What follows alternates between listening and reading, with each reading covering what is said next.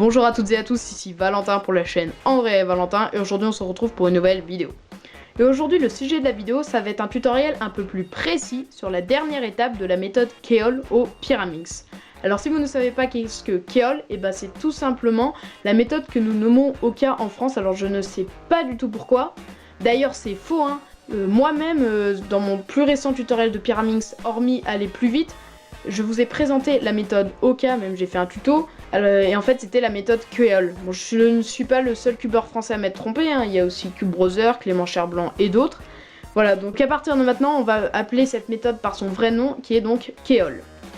Alors comme je vous ai dit au début de la vidéo, aujourd'hui ça sera un tutoriel un peu plus précis sur la dernière étape. Donc la dernière étape vous savez, c'est quand vous avez fait votre petit triangle, orienté et placé les coins et les centres du Pyraminx. Donc vous vous trouvez comme ça, avec un V et l'arête ici qui est mal placée, et la dernière couronne à créer. Et alors donc dans cette vidéo je vais vous montrer la façon de résoudre cette étape le plus rapidement possible. En fait ma façon, voilà, donc c'est parti. Alors la première chose à faire dans cette dernière étape, eh ben, c'est de tout simplement placer et orienter l'arête du Pyraminx qui se trouve ici. Donc en l'occurrence c'est jaune-vert. Donc là je vais donc devoir le placer ici, donc entre le jaune et le vert, donc c'est parti. Hop, je le décale pour pas le casser et je remets. Et ensuite ce que je dois faire, c'est les trois arêtes qui me restent à intervertir, je dois me les mettre en face de moi. Donc là, c'est bon, elles sont en face. Donc là, j'ai mon arête derrière et mes trois arêtes qui sont en face. Donc là, aucun mouvement à faire. Je vais vous montrer un autre exemple. Donc là, mon V il se trouve ici. Hein.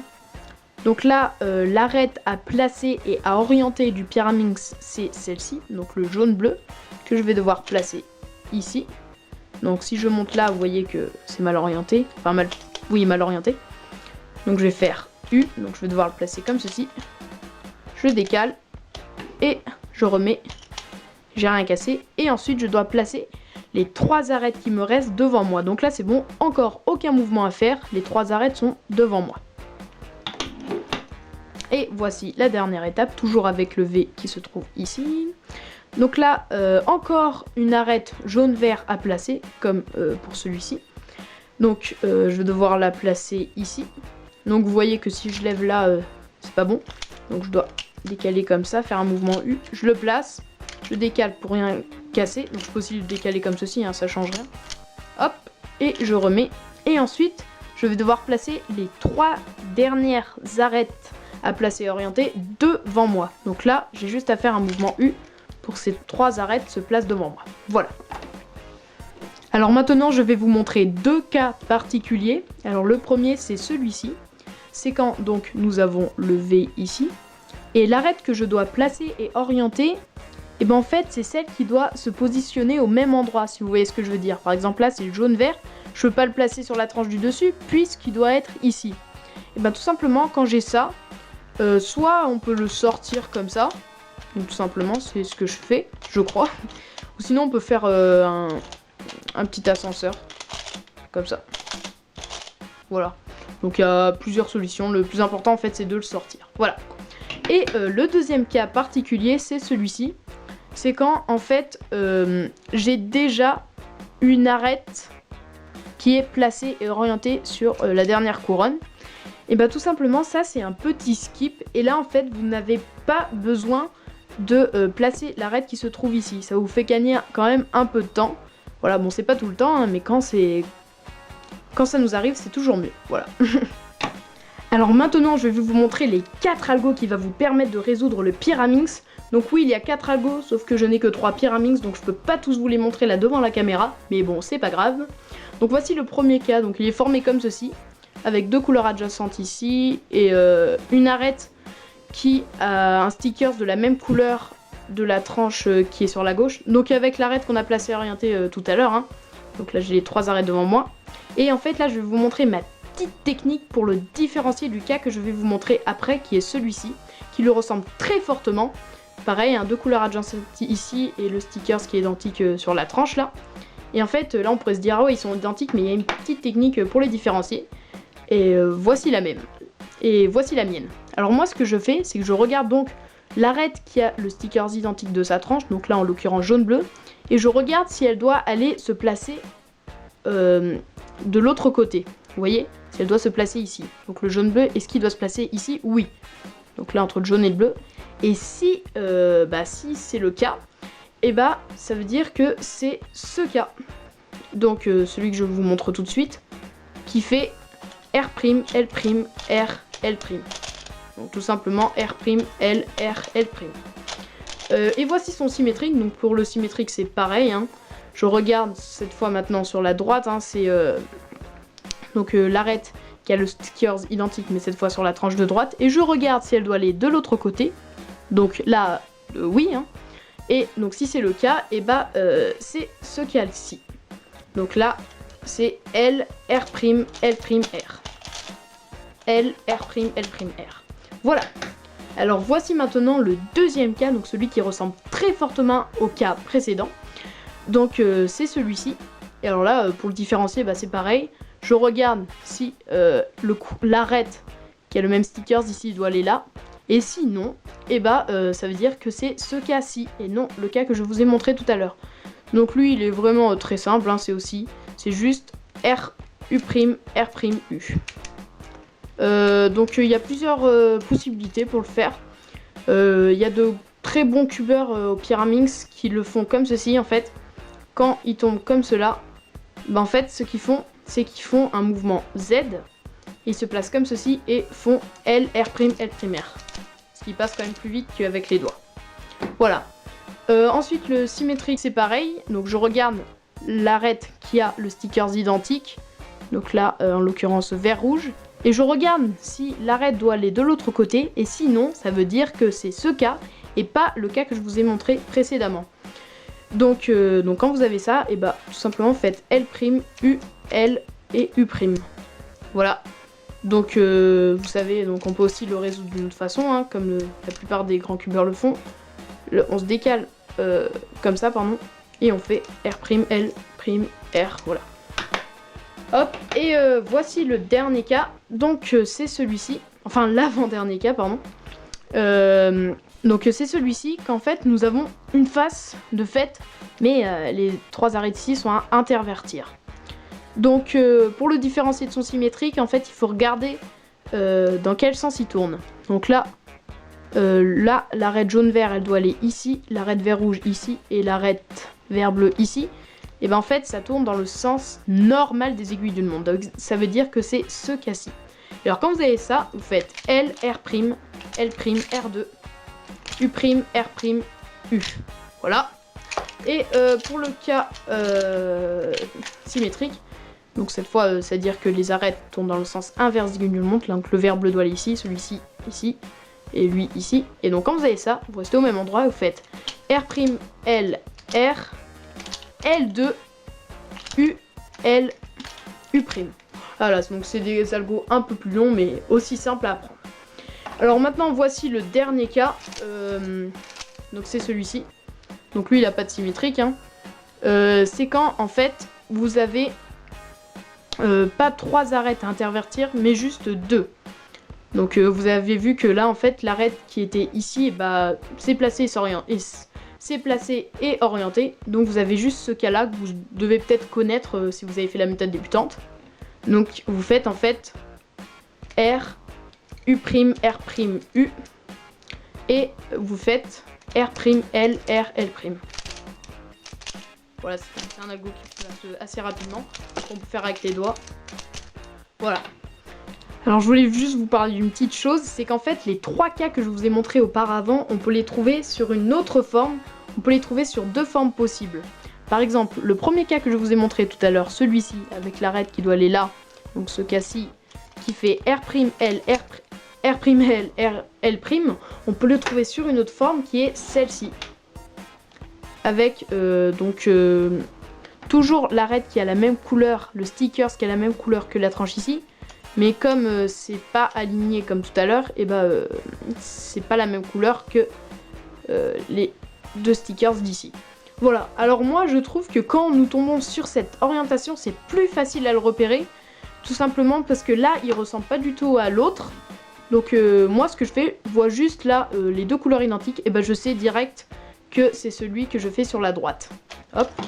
Et après il faut juste faire la UF en U'. Et alors celui sur la gauche c'est la même chose, sauf que cette fois les couleurs identiques, les trois couleurs identiques là en l'occurrence donc, sont sur la droite. Et alors là je vois ça, direct je me dis ah ouais donc c'est l'algo cette fois sur la gauche. Donc L, R', L', R. Et la UF, voilà. Alors ensuite je vous avais montré ce cas, donc qui fait R, U', R', U. Mais contrairement au cas précédent, lui a trois formes possibles. Donc voici la première. Alors comment je la repère? Bah tout simplement c'est que c'est quand je vois deux couleurs identiques ici, donc les deux centres, et bah je sais déjà que c'est cette forme là, puis je regarde l'arête qui est ici, donc en l'occurr'ence rouge-bleu, et je sais qu'elle doit aller là sur la gauche. Et alors quand je vois ça, et bah je sais que ce que je dois faire c'est U' et l'algorithme sur la droite. R, U, R', sans UF puisque c'est déjà placé. Et pour l'algorithme sur la gauche, et bah là c'est pareil, je vois deux couleurs identiques ici, je regarde l'arête qui est ici, en l'occurrence vert-bleu, mais contrairement à tout à l'heure, cette arête, elle doit aller sur la droite. Donc là ce que je fais, à la place de faire U', je fais U, et je fais cette fois donc l'algorithme sur la gauche, L', U', L, et là j'ai un petit AUF de U'. Et voici la troisième forme possible, donc avec nos trois arêtes en face de nous et notre arête bien placée orientée comme on a fait tout à l'heure. Et donc lui, assez simple à repérer en fait. Je me dis, là il y a plein de couleurs qui se ressemblent, enfin c'est tous la même couleur ici. Je vois deux couleurs qui se ressemblent pas. En fait ce cas, il ressemble à aucun autre, donc on arrive quand même vite fait à le différencier. Voilà. Donc moi ce que je fais, je sais pas vraiment, je vois des couleurs identiques ici, de couleurs pas identiques. Et quand j'ai ça, en fait, tout simplement, je regarde bien que le jaune-rouge, il doit aller à droite, pareil que là-bas. Donc là, quand j'ai ça, cette fois, je fais R, U', R' et la UF. Et pour celui sur la gauche, c'est pareil, je vois plein de couleurs qui seront... Enfin, je vois toutes les couleurs identiques, mais cette fois, le petit triangle, vous voyez un petit triangle, il est sur la droite. Et quand j'ai ça, je fais la même chose, mais sur la gauche. L', U, L, U'. Ensuite, voici le cas que je vous ai montré après. Donc c'était celui-ci, avec une face complète devant, mais les trois arêtes à intervertir. Donc là, c'est le sens normal des aiguilles d'une montre. Donc là, en l'occurrence, c'est cet algo. Et là, donc pareil, on peut le trouver sur une autre forme, sur une deuxième forme en fait, qui est donc celle-ci, quand nous tombons sur la droite.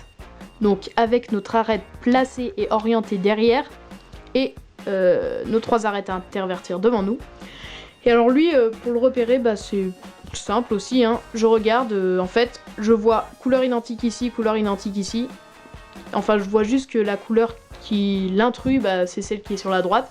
Et quand je vois ça, et bah, je sais direct que c'est cet algo qui fait donc L, R', L', R2.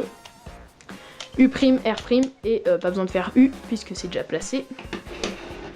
Et voici celui sur la gauche, donc c'est celui-ci. Donc pareil, pour le repérer, je vois que l'intrus, enfin cette arête n'a pas la même couleur, ce stickers. Et bah je sais donc que c'est celui sur la droite qui fait R', L, R, L2, U et L. Et voilà. Et donc ça c'est le dernier cas que je vous ai montré, donc celui-ci que vous connaissez peut-être si vous avez appris la méthode débutante, qui fait R, U', R', U. R', L, R, L'. Et donc lui aussi on peut le trouver sur une autre forme, mais voilà.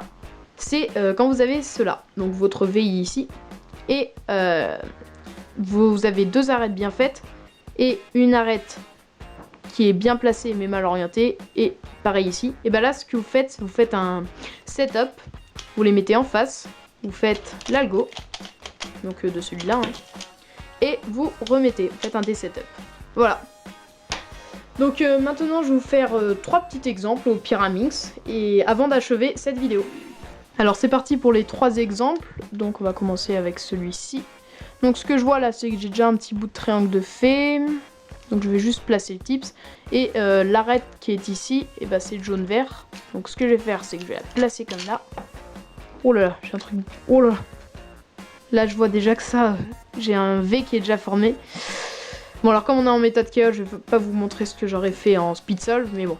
Alors ensuite, je place mon centre, donc oui, c'est bien le bleu. Hop, donc c'est bon, c'est placé. Donc là, c'est bon, j'ai déjà tout fait. Et ensuite, je dois placer donc l'arête qui est ici, en l'occurrence bleu-rouge, donc à cet endroit-là. Et ensuite, je tombe sur un des 3 cadeaux de tout à l'heure. Donc ça, c'est celui qui a 3 formes, qui se résout comme ceci. Voilà. Ensuite, sur le Cyclone Boys. Alors là, ce que je vois déjà aussi un petit bout de triangle de fée. Là, le jaune-rouge ici. Donc là, je partirais pas sur Keol, mais bon, c'est pas grave. Donc si je faisais Keol, ce que je ferais, donc je placerais mon jaune-rouge comme ceci. Et... mais j'ai trop de chance, là. Hop. Et en fait, je placerai mes centres, mais là, ils sont déjà tous placés.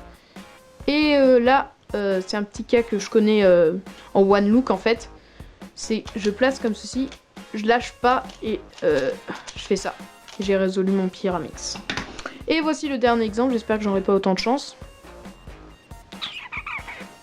Attends, je vais mélanger un peu parce que ça a l'air facile encore. Hop, alors, voilà.